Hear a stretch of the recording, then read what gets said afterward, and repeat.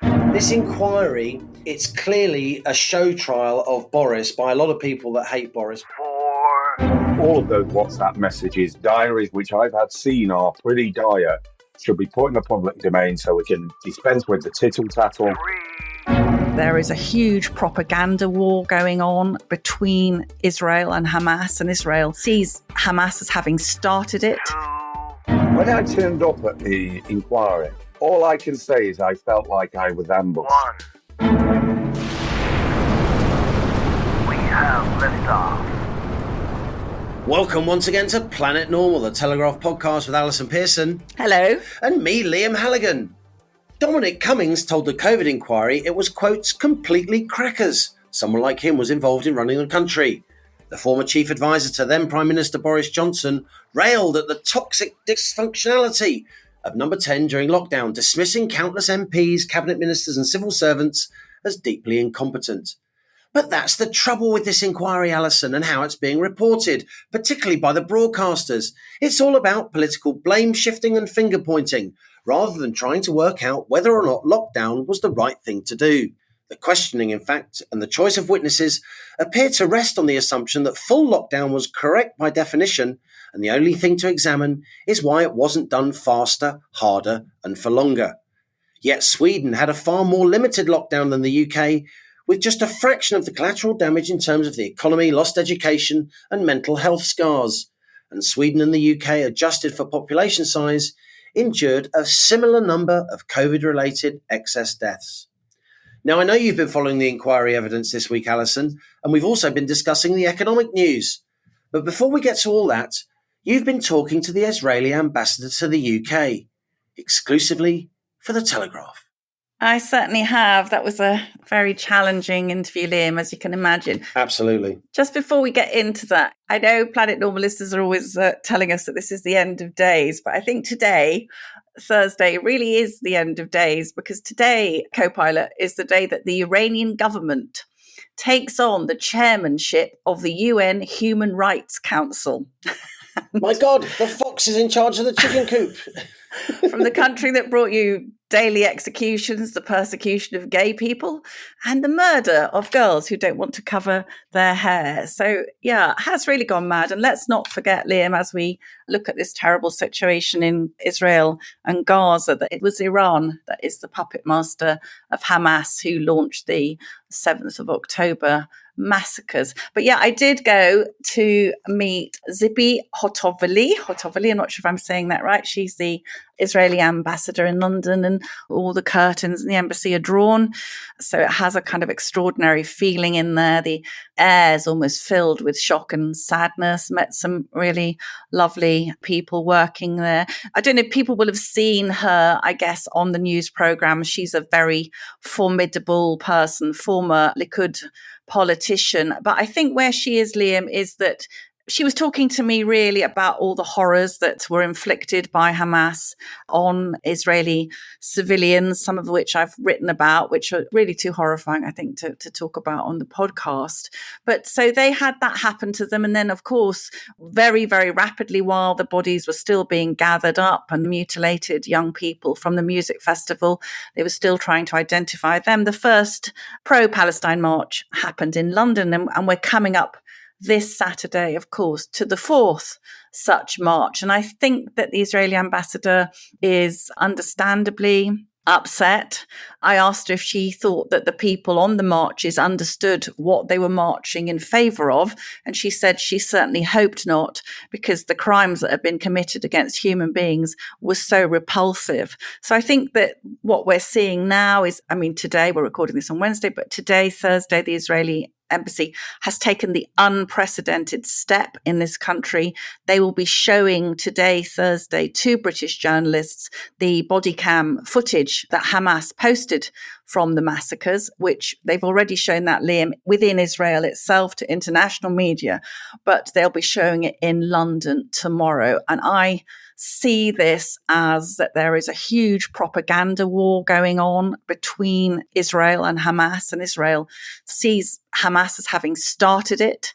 They feel obviously that they occupy the moral and emotional high ground. And so this showing the horrifying footage tomorrow two British journalists, I think the ambassador is hoping will make a decisive difference in the battle for hearts and minds. There's a lot to say, isn't there? We've seen these marches. There are growing accusations that the police either can't or won't challenge illegal behaviour. And before I hand over to you, there have been a number of protests this week as well, a huge sort of sit-in at Liverpool Street Station by those same demonstrators, which seemed to be a clear breach of Section 7 of the Public Order Act, which prohibits deliberate disruption to national infrastructure like railways. So it's all hotting up in a rather disturbing way. And of course, we have got Armistice Day at the Cenotaph coming up the weekend after this weekend. What do you make of it, Liam?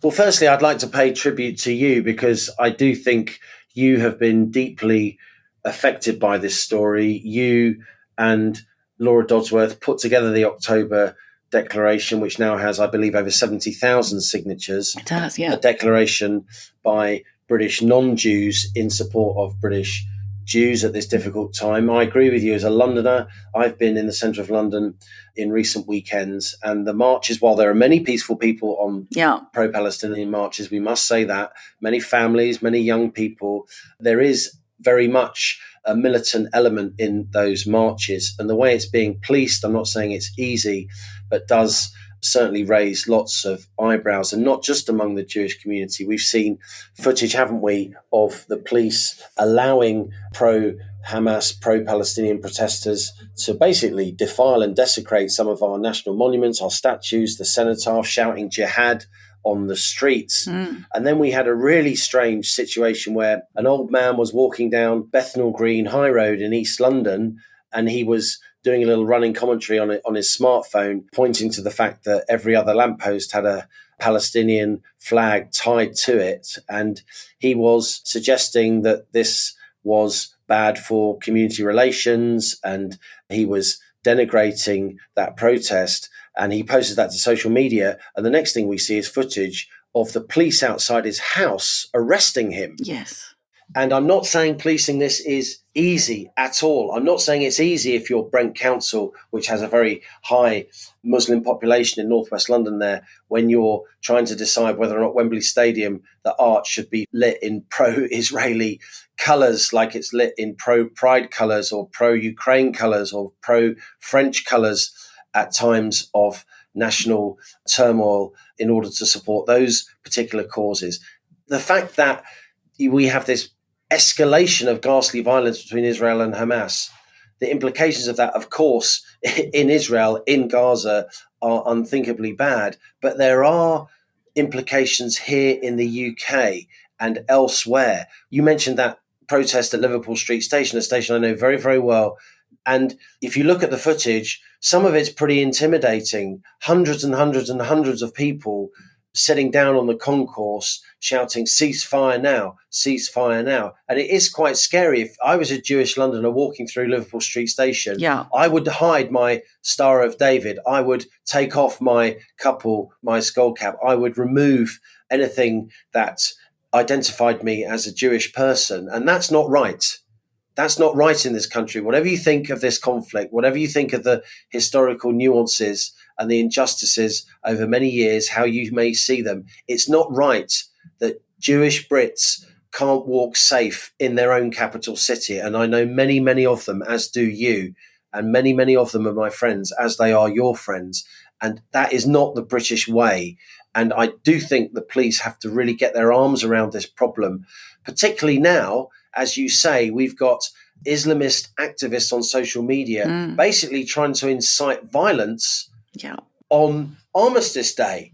I mean, that is getting really, really serious now. And I think it's very timely that you've gone to speak to the Israeli ambassador today. It's put us under some pressure to record the podcast. You can hear it in our voices, but this is what journalists do. We just have to get on with it and find a way through. And it's a very important interview. And the link to the interview is in the show notes to this episode. And I suggest everybody, whichever side of this debate you're on, you read that interview, because I think it's a very important intervention from an ambassador in a country which is not obviously directly affected by this escalation in violence, but has a very important offstage role to play in terms of the diplomacy and the propaganda war. When I mentioned the word ceasefire to the Israeli ambassador, and she is a famously tough egg, she came back and she said, entering into negotiations with Hamas is like picking the colour of the flowers on your own grave. I think it's interesting, Liam, there's several things going on here. I'm concerned that the police are appearing to pick a side. We saw unbelievable footage of Metropolitan Police scraping the posters of child hostages, Israeli hostages, off walls. And the explanation for this action was to avoid inflaming tensions with the community. Now, some of us might see that as appeasing a radical Islamist element. And during that last Saturday's protest, there was one of the marchers had got up onto one of the statues in Whitehall. He let off a red flare, which he was shaking around. The two coppers standing there, he eventually got down, and one of the policemen said to him, well, if you do that again, or if you do anything racist, and the crowd of marchers around him said to the copper, yeah, you'll do what then? It was so openly defiant and rude. I was extremely concerned about it. That's how disorder starts. That's what we mean by the thin blue line, isn't it? We police by consent in this country. Our cops in general do not go around with guns tooled up. They police by consent and persuasion. That is the British way. But when people are taunting the police in their face, when they're openly breaking the law, that is dangerous. Look, Allison, we will return to this subject. There's an awful lot to say. People really should read your interview, because I know it's a very hard one and difficult to deliver interview in a difficult climate. And it's the sort of thing the Telegraph does well. It's a team effort. But let's just move on, because I do want to talk about the COVID inquiry. And just before that, I wanted to mention the economy, if I may, because today, Thursday, as Planet Normal goes to air, it is an important day at the Bank of England. The Bank of England's Monetary Policy Committee will be deciding on interest rates. We've had 14 interest rate rises since December 2021. We're at 5.25%. Last month, the Bank of England held interest rates. Most people think that the Bank of England is going to hold interest rates at 5.25% again today. And I would say, Alison, not a moment too soon. We've got preliminary growth numbers, survey numbers from what's called the Purchasing Managers Index, the PMI index, showing that the UK economy is now contracting quite quickly. So we're on the brink of a recession. And on Wednesday, the day we're recording, we had some really eyebrow-raising insolvency numbers. I know this sounds dull, but behind almost every insolvency, there's a family firm, there's people's hopes and dreams, there's pressure on relationships, there's worry about how people are going to feed their family. Insolvencies during the first 9 months of the year, January to September, were 13% up on 2022, and they were the biggest number of insolvencies, Allison, in a 9-month period since 2009, which was, of course, the aftermath of the global financial crisis and the Lehman Brothers collapse. So these successive increases in interest rates, 14 interest rate rises, as I said, they are now really biting. They are now really constricting the economy like a straitjacket. They are contracting growth. They are bearing down on enterprise. They are leading to a reduction in bank credit, both the supply of bank credit and the demand for bank credit. Inflation now, it seems to me, unless we have a big kind of energy price spike, a big geopolitical whiz bang, and so far what's going on in the Middle East hasn't really caused an energy price spike. Prices of oil are firmly above $90 a barrel, but they seem to be staying where they are for now. Unless there's a big energy price spike, I do think inflation will start to come down rapidly now. We're still above 6%. We should be nearer 2%. But the danger for me, Allison, now is that the Bank of England, having been far too slow to get the interest rate rises going in the first place, having been far too complacent about inflation for a long time. It's transitory, old boy, don't worry about it. Well, it hasn't been transitory. It's been persistently high and stubborn. Having dropped the ball before, the Bank of England overcompensates and does too many interest rate rises and drives the economy off a cliff and into an unnecessary recession. The US has shown that you can get your arms around inflation. They're well below 4% now, and the economy is growing at 2.5%, almost 5% in the third quarter. You can achieve these soft landings, but wise heads must prevail, and fingers and toes crossed that the Monetary Policy Committee holds rates at 12 noon today. Well, you've been saying for a while, haven't you, that then when they suddenly decided very belatedly to start putting rates up, they weren't even waiting to see them take effect before they were jacking up the next one. So they've gone from being not panicked to being over panicked, haven't they, in a period of time. But as you said, Lynn, we really want to... I was going to say it was a subject, the COVID inquiry, dear to our hearts, but what's the opposite of dear to our hearts? Because we've seen some pretty depressing and unseemly, I would say, behaviour at this COVID inquiry. This week, it's been the turn of Boris's former senior advisors, Dominic Cummings and Lee Cain. And it's just basically been gossip, hasn't it, Lee? And we've talked about this. It's been who used what swear word about who. I couldn't care less about what the toxic culture was like in number 10 in the spring of 2020. What I want to know is who decided to abandon the perfectly good UK pandemic plan? Who trusted Professor Neil Ferguson's modelling? Who did a risk-benefit analysis on the likely harms of lockdown? Economic, health and social, which we've heard about so often, haven't we, on Planet Normal? Who gave permission for lockdown skeptics to be spied on? Who authorised millions of pounds to be spent terrorising the public over a virus that posed almost zero threat to the vast majority of healthy people? So I don't know what you're feeling like, Liam. I'm feeling partly we're justified, but then partly we hear these absolutely surreal exchanges which suggest that no one has been paying attention to what's happened at all. So we had Lee Cain, Boris's former press guy, giving evidence against Boris, saying he's somebody who would often seek counsel from multiple sources and change his mind on an issue. Didn't we want to have a prime minister who would be seeking counsel from broader sides? But anyway, so I'm feeling absolutely infuriated and disgusted. I think the words sham are being bandied about. And also we have the extraordinary situation where Neil Ferguson, Professor John Edmonds are absolutely bigged up by this inquiry, and the great Professor Sunetra Gupta, the country's leading theoretical epidemiologist, woman who knows more than anyone in the world about flu, isn't even invited to give testimony.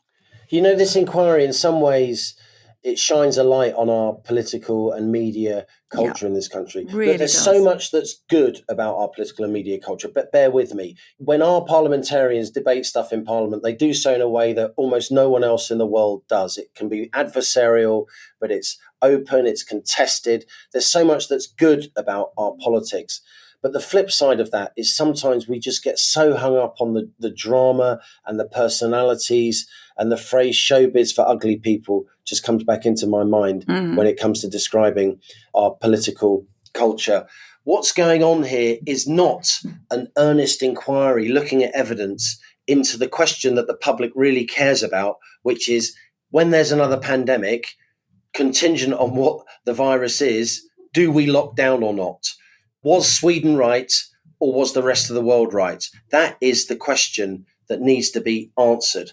And we did so much on this during lockdown, didn't we, Allison? Yeah. Planet Normal did not begin as a lockdown podcast, but it rapidly became one because we were talking to Macmillan Cancer Research about the massive spike there was going to be after lockdown because people weren't presenting early enough. We talked to the likes of Shelter about what was going on at the sharp end of accommodation in the UK during lockdown. We talked to all kinds of people within the NHS, both on and off the record, about what was happening. We talked to economists about the enormous collateral damage. And we talked to people in Sweden, didn't we? You famously ended up getting an interview with Anders Tegnell, the Swedish health supremo, who held out and said, I think we should have a much more moderate lockdown, giving people more chance to do their own thing, not locking down schools, understanding, as we did within months of COVID beginning. Of course, at the beginning, no one knew what this was. It could have been Ebola. But once we knew after a few months that it was very much discriminating by age, once we were saying on Planet Normal, the reality by summer and autumn of 2020, crikey, the average age of death with COVID is higher than the average age of death anyway. Yeah. Crikey. And you see from some of the WhatsApp messages, he's not getting any credit for it, but Boris Johnson was making exactly the same points. Yes. And yet he is being ridiculed. This inquiry, it's clearly a show trial of Boris by a lot of people that hate Boris, whatever you think of him. And among that, I include some of his former aides who he sacked, who also hate him. So this is like political theatre for a lot of people who are politically against some of the main actors who made decisions during lockdown. And I included a lot of the civil service among that. I personally think he will deny it. He's entitled to. I think the League QC is very much enjoying this, the sort of showmanship of it. I don't think there's any scientific inquiry going on that answers the one question that people want answered. Should we follow Sweden or should we follow China, a much more rigid lockdown? This is all about politics. This is all about drama. This is not a good use of public money. And I think it shows the worst of our political and media class, rather than our political and media class needing to step up in order to restore public confidence that this, one of the most advanced countries in the world, can handle a pandemic.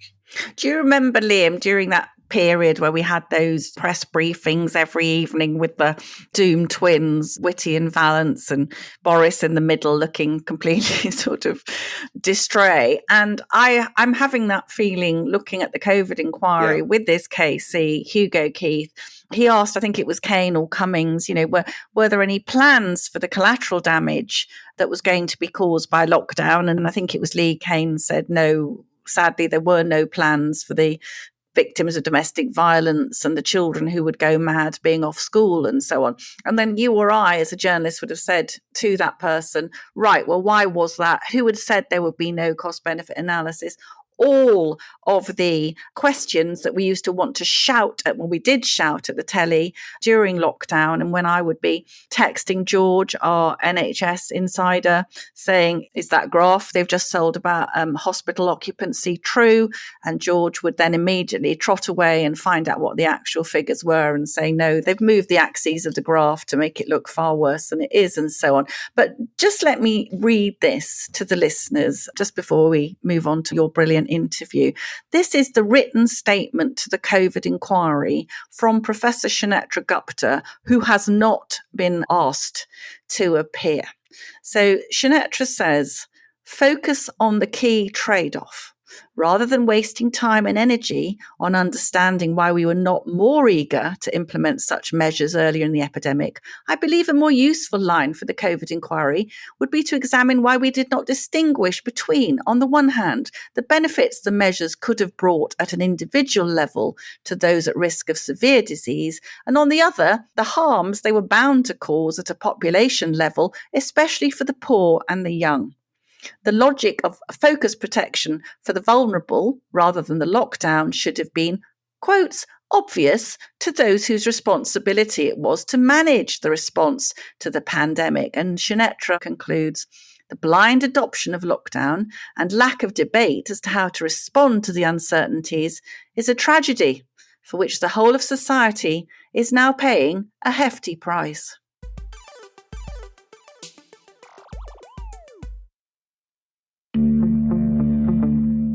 In March, the Daily Telegraph broke a story.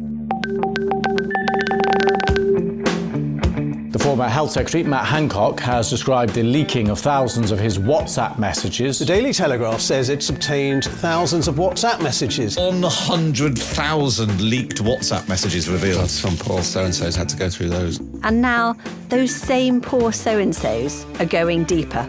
The stunning incompetence of the British state was absolutely extraordinary. The COVID inquiry may be underway. They definitely knew what they were doing when they took them out of the hospitals into the care homes. But you shouldn't have to wait years for answers. You've got lockdown. There is no way that isn't going to have a massive impact.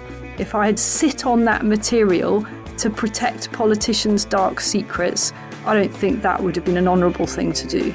The Lockdown Files podcast from The Telegraph. Follow now, wherever you're listening to this, to make sure you don't miss an episode.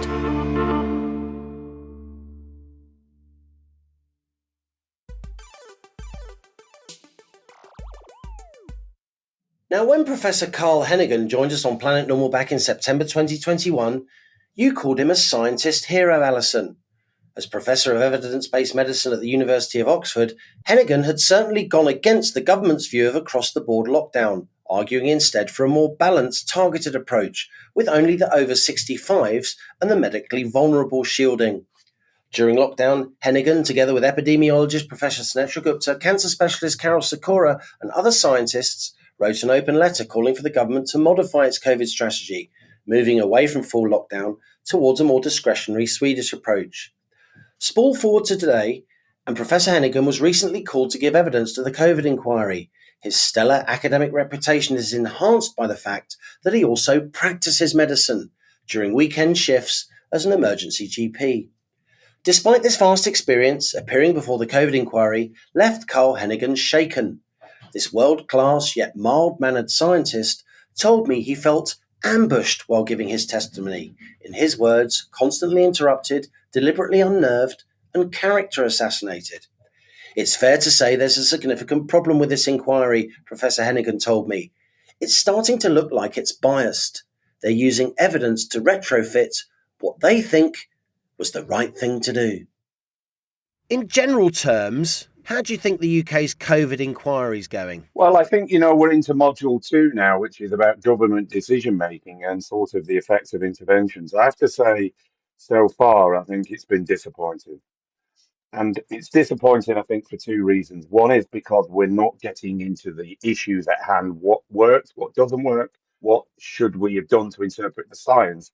And actually, what we seem to be doing is focusing more on characters, assassinating people, WhatsApp messages, who said what about whom. And I think what should happen is all of those WhatsApp messages, diaries, which I've had seen are pretty dire, should be put in the public domain so we can dispense with the tittle tattle and get on with the serious business of learning lessons. Because that's all anybody really wants an answer to, right? If we get hit with another pandemic, should we lock down or should we take a more, what's been called Swedish approach, where you have targeted assistance and a lot of people just get on with their lives? There are sort of a couple of ways of looking at this. One is to say, let's follow what China did, unprecedented, for 3 years, stay in complete lockdown, manage all of the population, and then somehow emerge 3 years later and everything will be all right.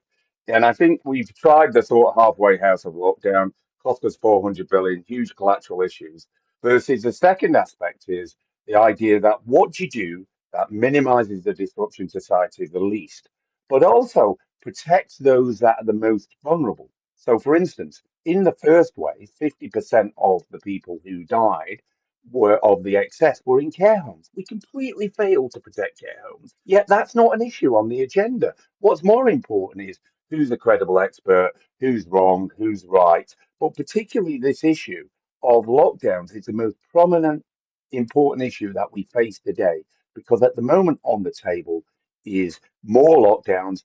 Next time, let's go harder and faster. And that's the sort of Hancock position and many of the scientific advisors' position. And that really needs to be addressed and unpicked. There were some incredibly distinguished experts who, during lockdown, were arguing for a more moderate approach, a Swedish approach, where schools weren't locked down, where young people in particular were allowed to get on with their lives, where the economy wasn't totally locked down. How did Sweden do compared to the UK? Well, I think if you look at it overall, if you look in sort of the 3 years, Sweden ended up in pretty much a similar place we are in terms of excess deaths. So wherever you look, over the period of time, we pretty much come out equal, despite the fact they had no lockdowns. And importantly, if you look what they did, they made a similar mistake to us.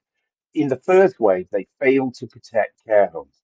But if you look outside of that, their epidemiological approach said what we do is present the public with the risks and trust them to understand what to do and how to behave.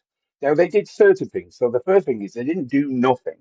They restricted large-scale mass events down to, I think, about 500 people. Second is they didn't have standing in pubs and restaurants. Opposite to that is they did things like let schools open. They didn't wear masks. And basically, their data shows you as a control what happens if you trust the public and they understand the risk.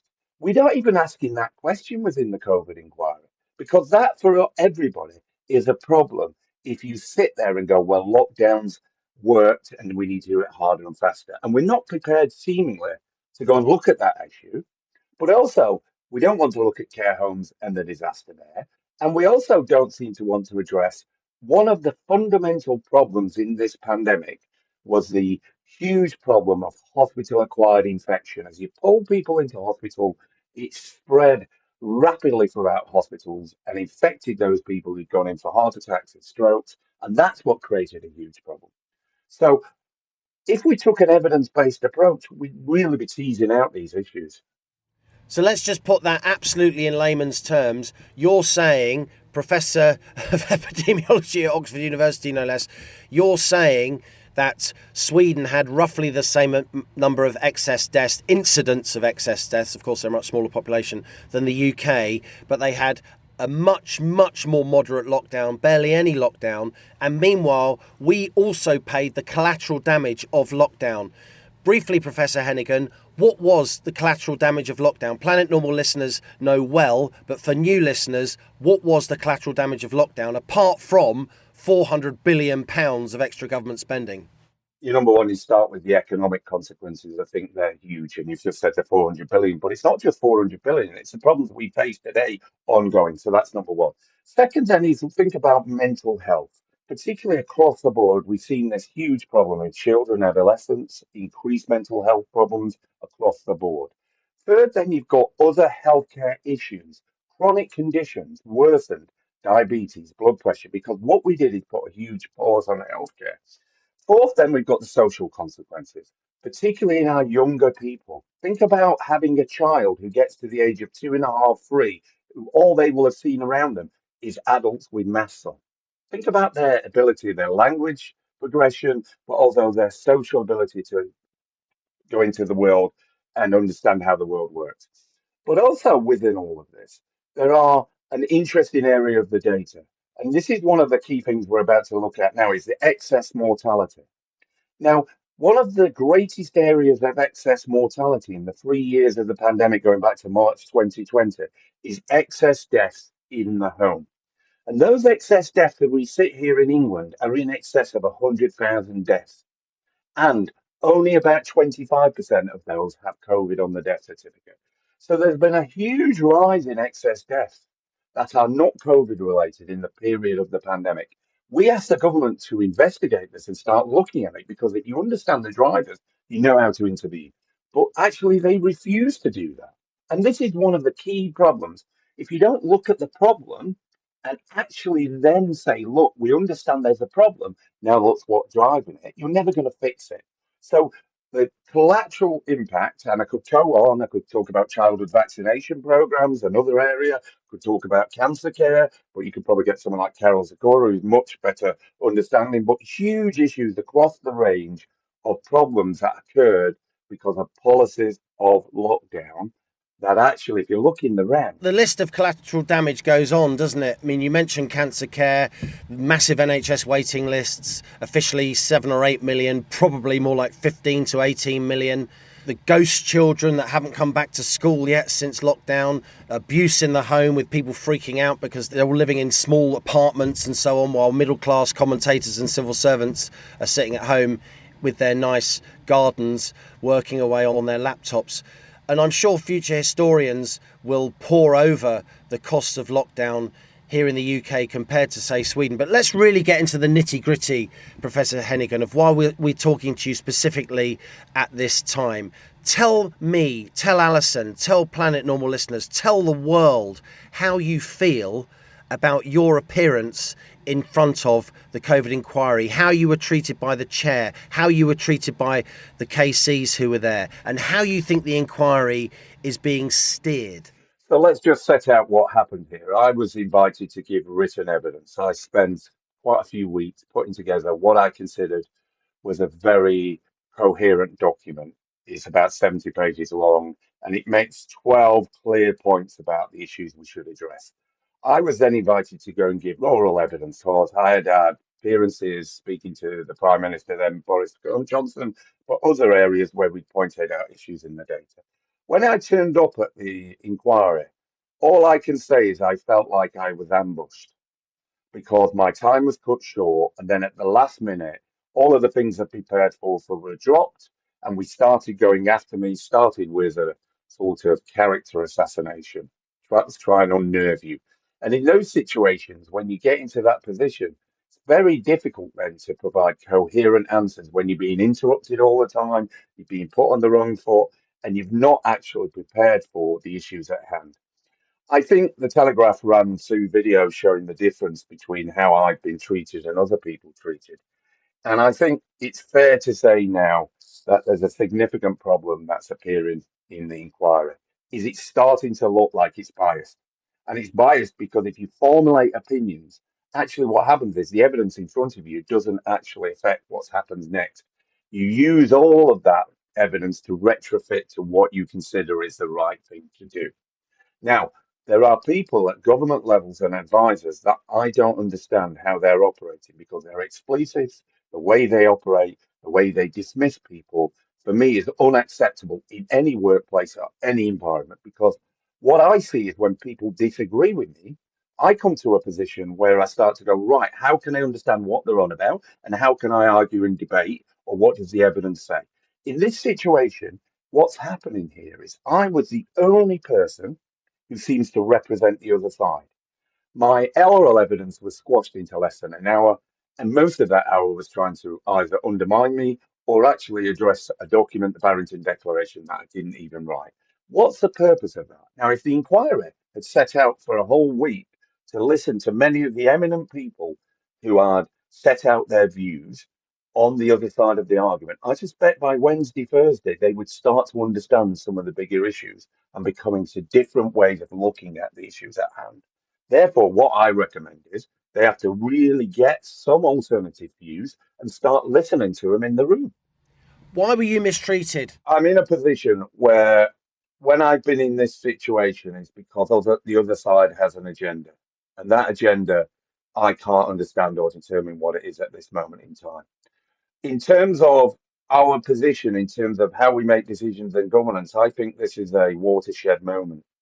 And it's a watershed moment because I have received overwhelming messages from even people who don't like me, from all sides of the spectrum, going, what is happening? Why were you stitched up? It was abhorrent how you were treated. And this is a huge number of messages, emails, texts, coming at me, saying what is going on and something has to change. I'm also getting a lot of sides from the media now going, where are we? What's going on? But most of the media were massively pro-lockdown. They say they weren't, but they were. Yeah, no, but there are people. I mean, I nearly fell out of my chair when the BBC contacted me this weekend because they haven't been in touch for nearly 2 years. So actually what's happening here is you hope that from the other side, there is an agenda where people get it. I've always trusted the public. I always trust the evidence. In the end, we'll get to the truth. The problem is the inquiry might not be the place for that truth. It will be in other arenas where people will start to unpick all of the arguments. So here's one issue. There are people get up on the stand and say, Professor Heneghan got it wrong. Yeah. And they do that to try and undermine it. A good KC or a good legal position should go, okay, can you highlight and set out what he got wrong?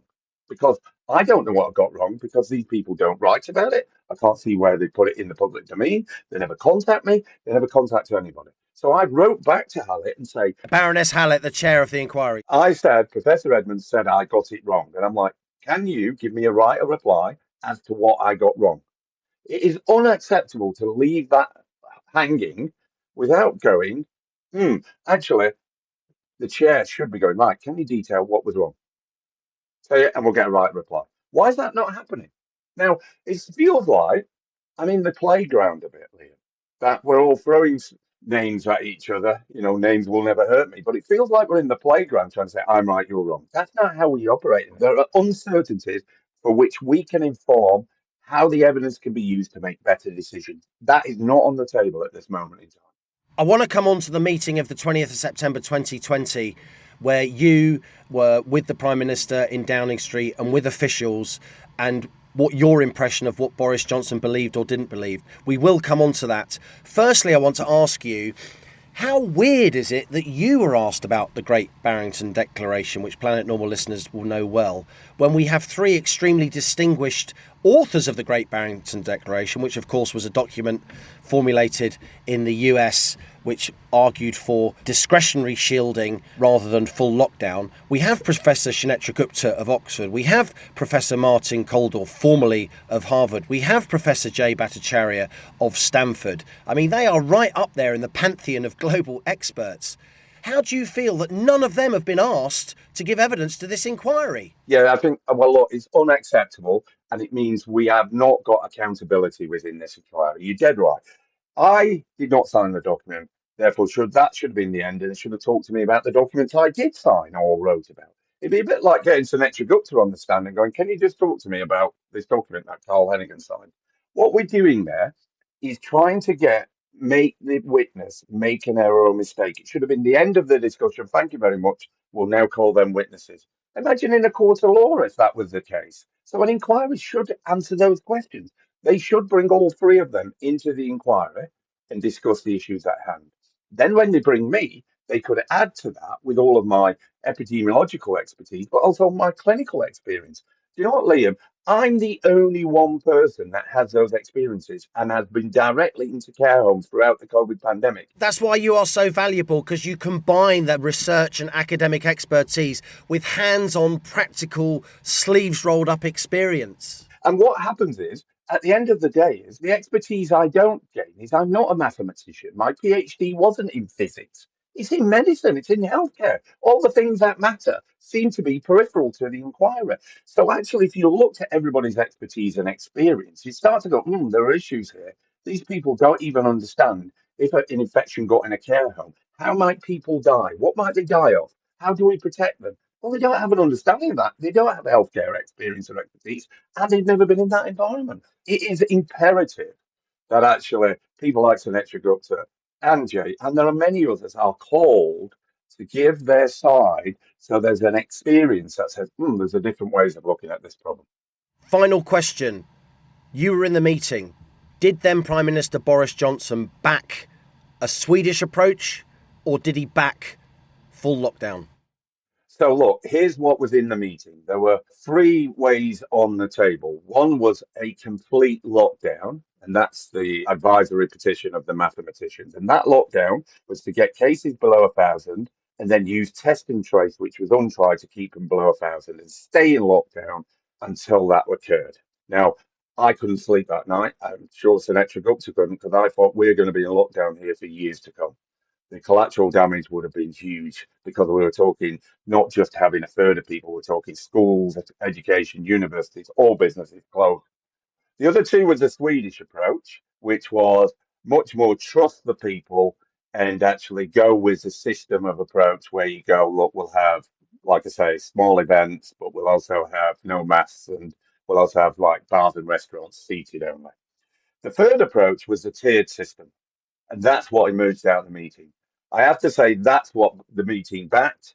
And I think they backed that because they said this is a sort of middle ground in some way, because the problem is the pressures were so huge at that moment in time, particularly I think from the advisory systems, that actually they couldn't see another way apart from the tier system. So you don't think Boris Johnson backed the Swedish approach then? I think if you looked at it, I think he would have liked to have done and would have potentially wanted to do that, but I'm sure he'll give this option at the inquiry to be able to say that.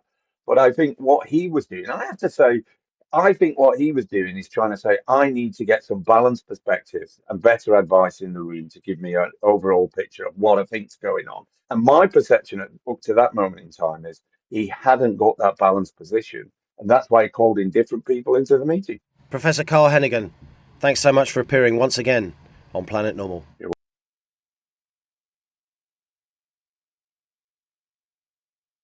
So there you have it, Allison. Professor Carl Heneghan, he did emerge from academia as a major figure, I think, in the debate about lockdown. It's fair to say during lockdown, he was castigated by a lot of people despite his stellar academic credentials, a lot like Sunetra Gupta was and the authors of the so-called Great Barrington Declaration.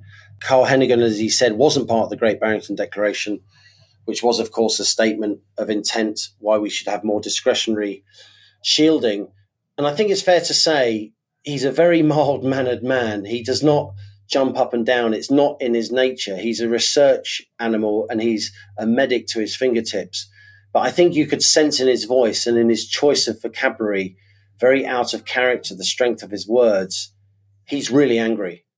And he rightly is, Liam. I saw on social media a clip of him at the inquiry and I couldn't believe what I was watching.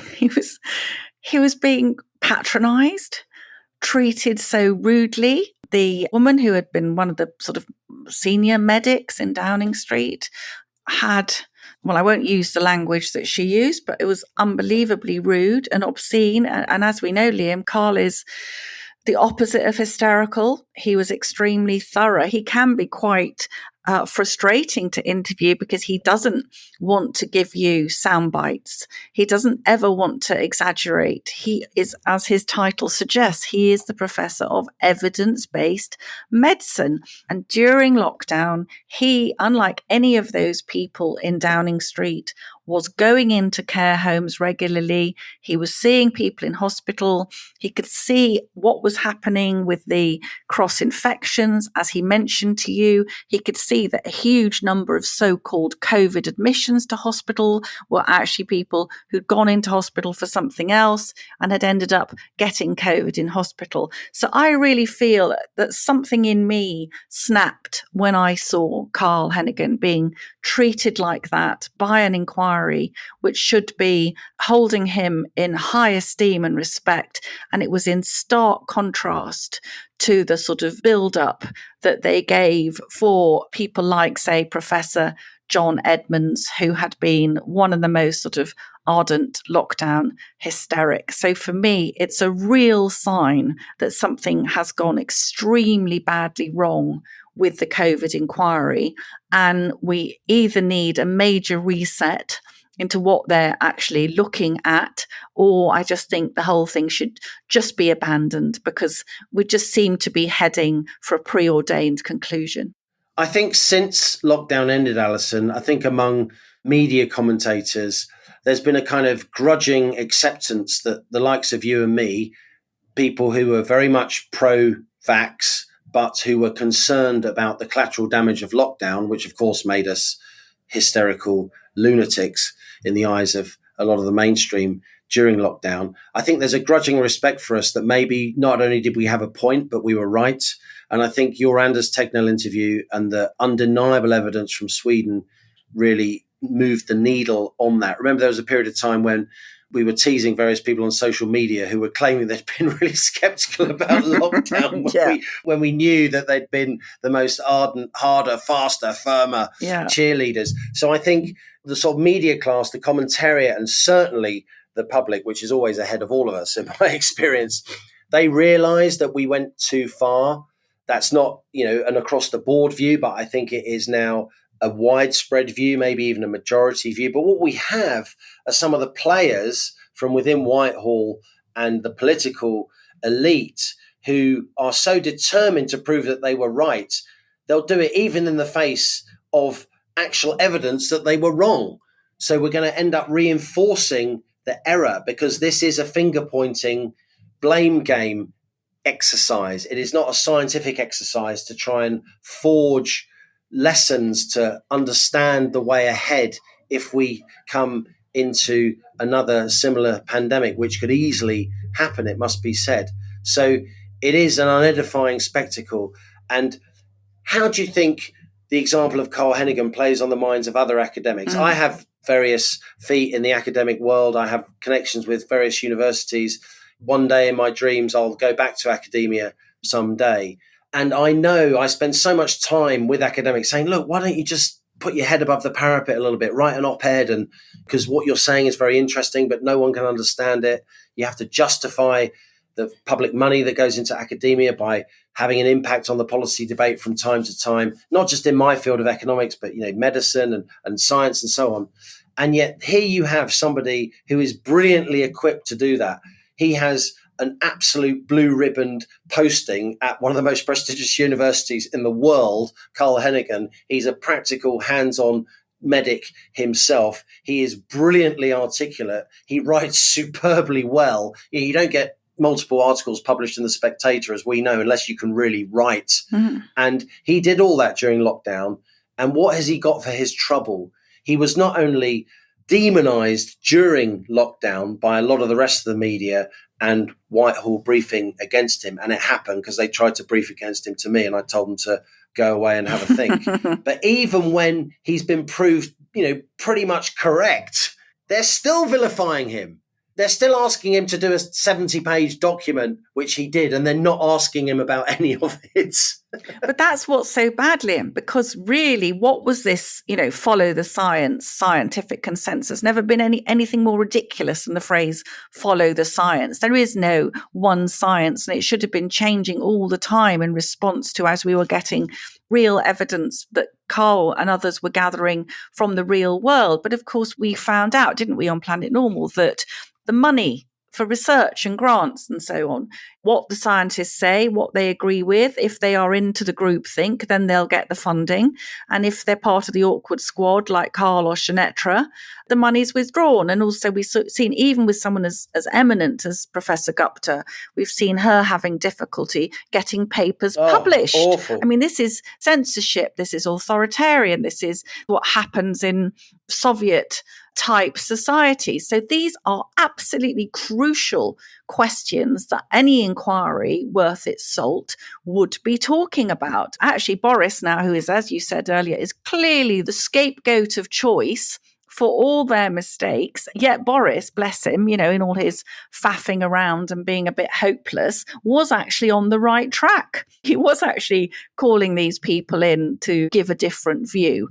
And the Dominic Cummings, I have a lot of time for Dominic Cummings' skill as a sort of political Barnum showman and an analyst, but he really was on the wrong side of the argument and now is trying to damn the Prime Minister who, in his own way, was fumbling towards the truth that he was not being given the correct information to make all those decisions. And Planet Normal listeners will remember that another stalwart of Planet Normal, Lord Frost, David Frost, armed with information he'd heard on Planet Normal, left the cabinet, walked out of the cabinet because he had heard information here on our podcast, which told him that another Christmas lockdown must be out of the question. So I am absolutely incandescent, Liam, about this travesty when the country is owed a proper account of what went wrong.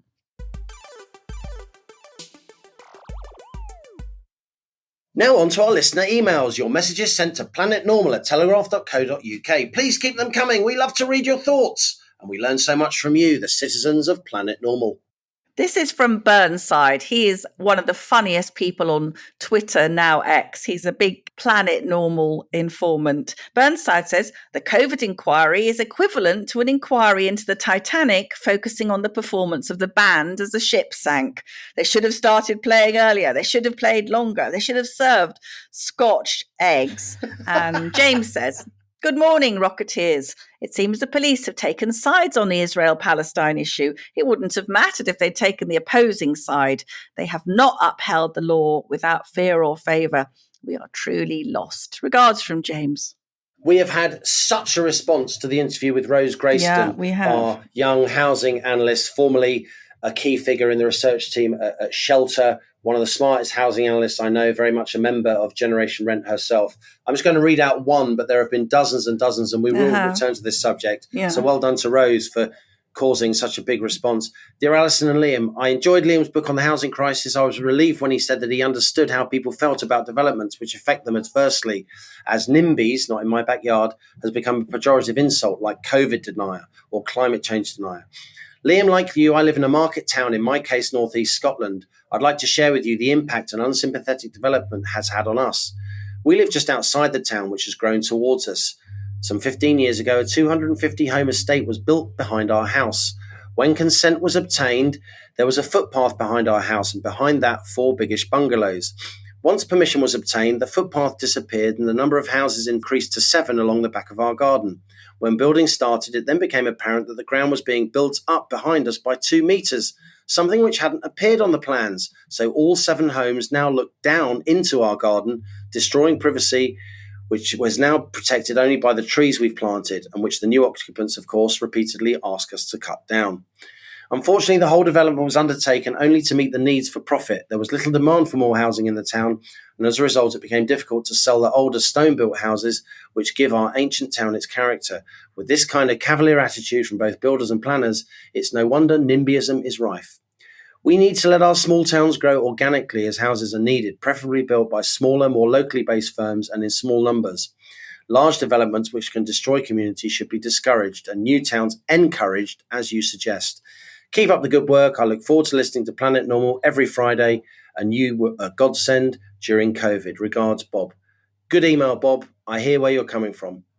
Just to say, Liam, as you said, we had a huge amount of reaction to your interview with Rose Grayston. A lot of listeners did point out that one thing that wasn't touched on was the huge levels of immigration, which of course have had an impact on the very great difficulty in housing. And I'm going to abbreviate this, but Tom in Huddersfield says, Dear Liam and Allison, while listening to your interview with Rose Grayston, it seemed that for all the very interesting, well-informed discussion of the house building system, greedy developers, NIMBYism and so on, Rose was tiptoeing around the giant elephant in the room, immigration. Since Tony Blair came to power in 1997, annual net immigration has increased from 48,000 to 606,000 in 2022. And then Tom goes on with lots of different stats about the huge number of people coming here compared to the shockingly small amount of housing going up. And he says, to ignore all this seems willful. I understand some people are reluctant to discuss this, and that members of Generation Rent in particular will fear being labelled racist if they were to mention immigration in relation to their housing struggles.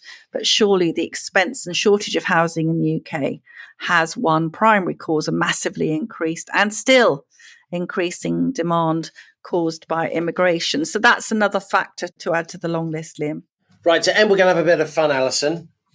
It's Planet Normal karaoke time. Now, there's been a running theme throughout Planet Normals. We talk about sort of 70s television that we grew up with, don't we? We talk about Scooby-Doo, and we've talked about Grange Hill, and we've talked about Are You Being Served? John Humphreys, I'm Free, Molly Sugden, Mrs. Slocum's Pussy, Wendy Richard as Miss Brahms, Trevor Bannister as Mr. Lucas, and Bob, not his real name, but the Planet Normal bard, Bob, has struck again because Bob has written a version of the Are You Being Served theme tune. Are You Paying More? It says 12-inch version. And you'll remember the Are You Being Served theme tune. It's got a kind of, the BBC were trying to save money. They didn't want to use heavily unionised musicians. So they got recordings of tills and money. That's right. A bit like Pink Floyd did on their track Money. And by the way, this theme tune was written the year before, 72. Pink Floyd actually did their track Money. So maybe Pink Floyd ripped off Are You Being Served? But you'll remember it goes, the so-called lift girl, ground floor perfumery, stationery and leather goods, wigs and haberdashery, kitchenware and food going up. Ba, ba, ba, ba, ba. Ba, ba, ba, ba, ba. Now, unless you're at least 50, you won't know what we're talking about. So I suggest you Google Are You Being Served theme tune, and then you're going to get it. So, Alison, I'm going to be the lift girl, and I'm going to call out the floors, or Bob's version of Are You Paying More, as opposed to Are You Being Served?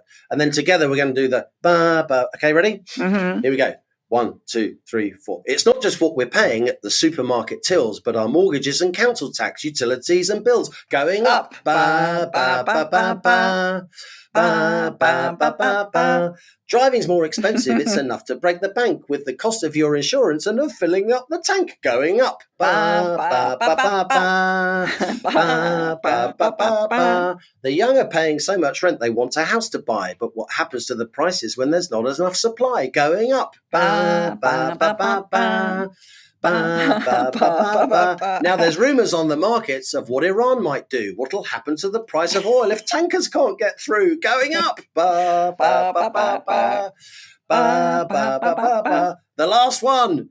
This inflation's bad for Rishi if he's really lost control. What'll happen to the Tories and their numbers in the polls going down? Ba, ba, ba, ba, ba. Ba, ba, ba, ba, ba, ba, ba, ba, ba, ba. There you go. A Planet Normal world exclusive.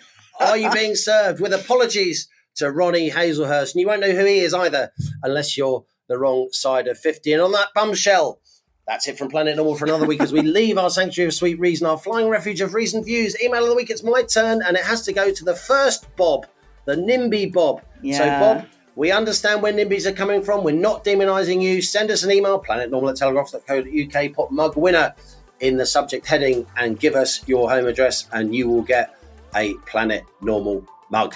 If you enjoy Planet Normal, as you jolly well should, because we make a big effort here, or the entire team, please do leave us a rating and a review on Apple Podcasts or Spotify, because it gives co-pilot Heneghan something to console him. And me too, actually. Cat update is going to have to wait for another week, but we know the money's going up. No, sorry. And as we speed away from our beloved Planet Normal and the madness of planet Earth comes back into view, thanks as ever to our producers Isabel Bajard, Cass Ho and Louisa Wells. Stay safe and in touch with us and with each other. Till next week, it's goodbye from me. And it's goodbye from him.